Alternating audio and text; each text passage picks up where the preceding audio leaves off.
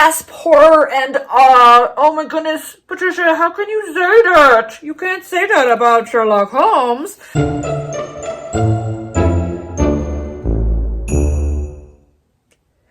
Hello everyone and welcome to my channel. My name is Patricia Meredith and I am the author of historical mysteries set in 1901 Spokane. I am here today to rock your world and tell you that I don't think Sherlock, that's right, Sherlock Holmes, the famous detective, the probably, arguably, the most recognized detective in all of detective fiction, is not my favorite detective. Gasp, horror, and awe. Oh my goodness, Patricia, how can you say that? You can't say that about Sherlock Holmes. I'm going to name for you at least 7 detectives who I think, arguably, are better than Sherlock Holmes. Now, if you have heard of these detectives, if you have read all of them and Sherlock Holmes, feel free to leave me a comment below if you agree or disagree with my statement. If you have not read all of them, I encourage you to check out these detectives. You just might find your new favorite. As Sherlock would say, it's elementary. Round 1. The first detective that I would like to put up against Sherlock Holmes is none other than Ebenezer Gryce from The Leavenworth Case by Anna Katharine Green. Now, why do I say none other than? Because you've probably never heard of Detective Gryce. Here's the shocking thing. He was written 9 years before Sherlock Holmes and in fact inspired the creation of Sherlock Holmes by Sir Arthur Conan Doyle. This book also was written by a woman. That's right, a woman in 1878, New York City, Anna Katharine Green. And if you want to hear more about her, don't worry, she's going to be flooding my channel over the next year because my next historical mystery is about her writing this book. For example, one of the things that I find absolutely hysterical is that Anna wrote as Detective Gryce, so I should say Detective Gryce, once wrote a letter through the newspaper to Sherlock Holmes to tell him that he was sorry to hear that he had heard that he too was suffering from rheumatism. That's right. Detective Gryce suffers from rheumatism, and that makes it a little more difficult for him sometimes in order to solve his mysteries. Remind you of anybody? He also uses deductive reasoning and has a arguably somewhat bumbling sidekick who is more of an amateur detective than an actual professional detective. That provides somebody for him to bounce ideas off of, to explain clues to, and to argue with when certain facts about human nature don't really line up for him. As you can tell, Ebenezer Gryce is very dear to my heart, as is Anna Katharine Green, so I hope you'll check them out. Round 2. The next detective that I would like to put up against Sherlock Holmes would be Lord Peter Wimsey, created by Dorothy L. Sayers. Now, Miss Sayers was a contemporary of Agatha Christie, so although you may have heard of Poirot, Miss Marple, and all of her other detectives, you might not have heard of Lord Peter Wimsey. Now, Lord Peter eventually is joined by a wonderful sidekick, Miss Harriet Vane. But first I want to talk about Lord Peter, because the reason that I would put him up against Sherlock is that he was one of the first detectives that I came across who had an arc. So instead of being a static detective like Poirot, like Sherlock, like Dupin, like all of the other detectives that came before, even Ebenezer Gryce, he has a storyline and he actually changes over the course of the books. So in the first book, we are introduced to him. This is not the first one. The first one is Whose Body? But this is one of my favorite ones, so it's one that I actually own a hard copy of. It's called The 5 Red Herrings. So although you can read these in any order, because there is an arc, you will find that Lord Peter changes over the course of the series, and not just because he meets Harriet, though it has been told by many an author, including Dorothy Sayers herself, that she felt when Harriet came along that Lord Peter was not good enough for Harriet, so he had to change a few things about his personality. But one of my favorite things about him is that he actually suffers from PTSD from World War II. So unlike many of the characters of Golden Age detective fiction, he struggles with some things that make him a lot more realistic and, in fact, more relatable because he is more real. So I hope you will introduce yourself to Lord Peter and get sucked into his world of adventures. Round 3. The next detective that I would like to propose is William Monk of Anne Perry's Inspector Monk series. Now, she has several different series, several different detectives. William Monk is one of my favorites, mostly because of the very first book where we were introduced to him. So, William Monk begins his story in The Face of a Stranger. And the reason I love this book is because it opens with him having amnesia. So he doesn't know who he is. He doesn't know where he is at in his mystery. He doesn't know who he's spoken with or what he's uncovered yet. And I find that fascinating. It makes for a very interesting and intriguing unfolding of events throughout the course of the book. Now, of course, in later books, he doesn't suffer from amnesia at the beginning, but he still is trying to uncover the root of who he was before his accident and who he has decided to become after his accident. So, like Lord Peter in Sayers' books, William Monk has an arc throughout the entire series. Sherlock does not. I also like Monk because he is more focused on character-driven arcs instead of just simple deductive reasoning. Although he does use his reasoning and his logic in order to solve mysteries, he also involves a lot of conversation and discussion with other people, and that leads to a lot of thought-provoking questions for him as well as for the reader. So I hope you will check out William Monk, especially in his first mystery, Face of a Stranger. Round 4. All right, folks, here she is. Of course, I had to include one detective, actually 2, from Agatha Christie. But they're probably not the ones that you're thinking of. This is not Poirot. This is not Miss Marple. It's not even the mysterious Mr. Quinn, who I also invite you to check out.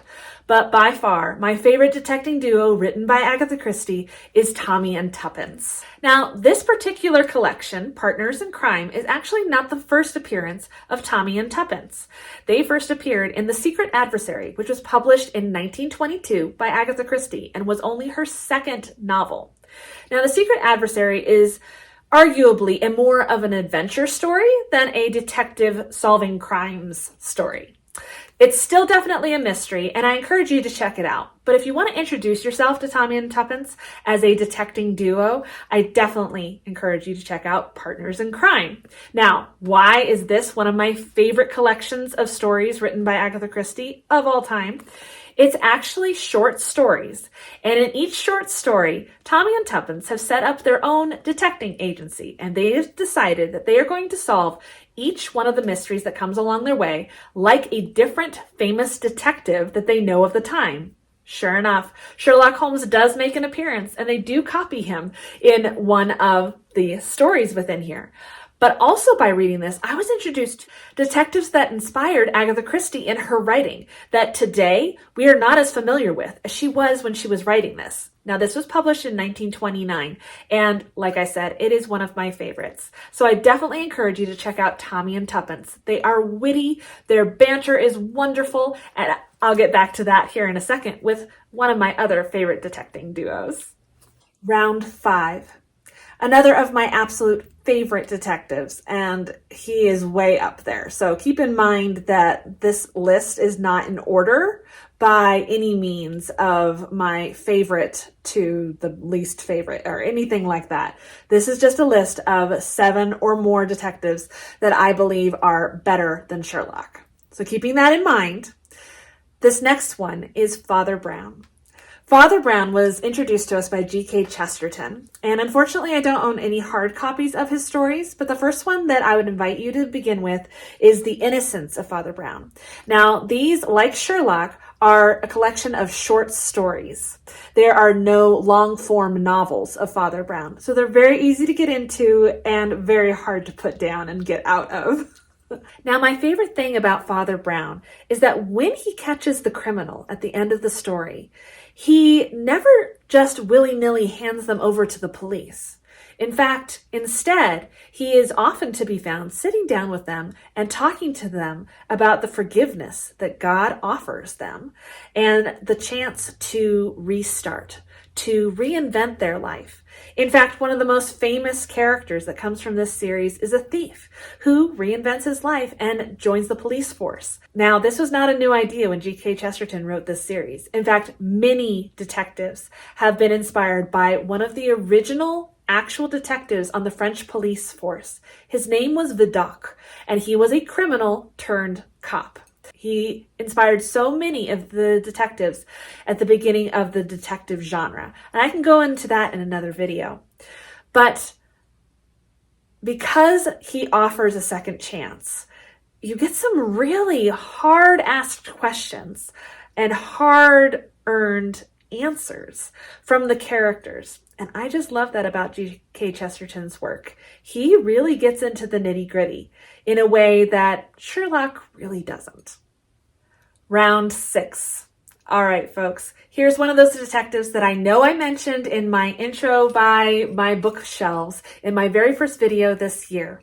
This is Inspector Jack Spratt, and he appears in only 2 books so far, but like I said, I'm really hoping Jasper Fforde continues the series. This is the Nursery Crime series, and Jack Spratt is a little different from other detectives. Like Sherlock Holmes, who is often rewritten as an actual person from history, as though you could actually meet him instead of just meeting his creator, Sir Arthur Conan Doyle. Jack Spratt is a person of dubious reality, a PDR, which means he often questions why certain things always happen to him. For example, crazy things growing out of beanstalks and having to go after something and chop it down. Why would that be? Or his first wife, who died because all she would eat was fat on the plate, which was very unhealthy. But Jack Spratt only eats lean. I absolutely love this series because they are a play on the detectives you know and love, but they are a twist on them because it all has to do with nursery rhymes. For example, the very first one begins with the death of Humpty Dumpty, who fell off his wall, and all the king's horses and all the king's men can't seem to put him back together again. But there's more to the mystery than first meets the eye. And then in the second one, we have the fourth bear, which of course involves Goldilocks and the 3 bears plus 1. So I encourage you to check those out. Jack Spratt is full of surprises and full of fun. Round 7. Now, these last detectives are a little different from the other ones because although they began life in a book written by Dashiell Hammett, The Thin Man, they continued their life and grew and nestled their way into my heart through the TV series, The Thin Man TV series. Now, this was a set of movies that released in 1930s through the 1940s, and they feature my other favorite detecting duo, Nick and Nora Charles. Now, these two are full of wit and banter, but definitely a lot of humor. And although the way they solve mysteries is a little different than we might be used to these days, their characters are so unique and so much fun to follow through the whole series that I absolutely recommend you check them out. I do absolutely recommend also that you begin by reading the book before you dive into the TV series. But if you're more interested in doing the TV series, you won't really miss out on much. They are wonderfully done. So there you have it, my 7+ favorite detectives that I think are better than Sherlock. Now, if you've read my books, which are set in 1901 Spokane, you've been introduced to my detective, Bernard Carew. And you'll probably quickly realize that he is an amalgamation of all of my favorite detectives. Even though Bernard quotes from Sherlock, because at that time in 1901, Sherlock had actually just died. And so he was a detective at the forefront of people's minds, even though he was a character creation and not an actual person. His mysteries were drawing in people, and it was inspiring the actual detectives that were trying to make up a real police force. It was changing the way they were doing things. However, even though Bernard quotes from Sherlock, He's an amalgamation of all my favorite detectives. For example, he loves to give people a second chance. He believes that there might be something more there at stake than just them needing to go to jail or even be hung at this time if they were caught for murder. I get that from G.K. Chesterton's Father Brown. Then we have the wit, camaraderie, and banter that often occurs between him and his twin brother, Thomas. And that, of course, is inspired by Nick and Nora, Tommy and Tuppence, and Jack Spratt and his constable, Mary. Which also brings me to his wife, Rosalind, who, although we are only briefly introduced to her in the first book, she has become a leading lady by the third book. And I look forward to seeing ways that they will solve mysteries as a couple in future books in the series. And of course, as you can probably tell, based on how I've been describing the books, he changes throughout the course of the books. He might even change from the beginning to the end of one particular book. He's always learning, so he's more real in that way. He's not static, which, as you probably noticed from my list of my favorite detectives, that is very important to me as a reader and as a writer of mystery. I want to leave you with two questions. One, do you agree or do you disagree? Is Sherlock Holmes the end-all be-all of mystery detectives? Or have you come across some others that you enjoy even more? Are any of them ones that I listed? I would love to hear your recommendations for other detectives that I should check out. Maybe I've heard of them, maybe I haven't, but I'm always looking for new inspiration.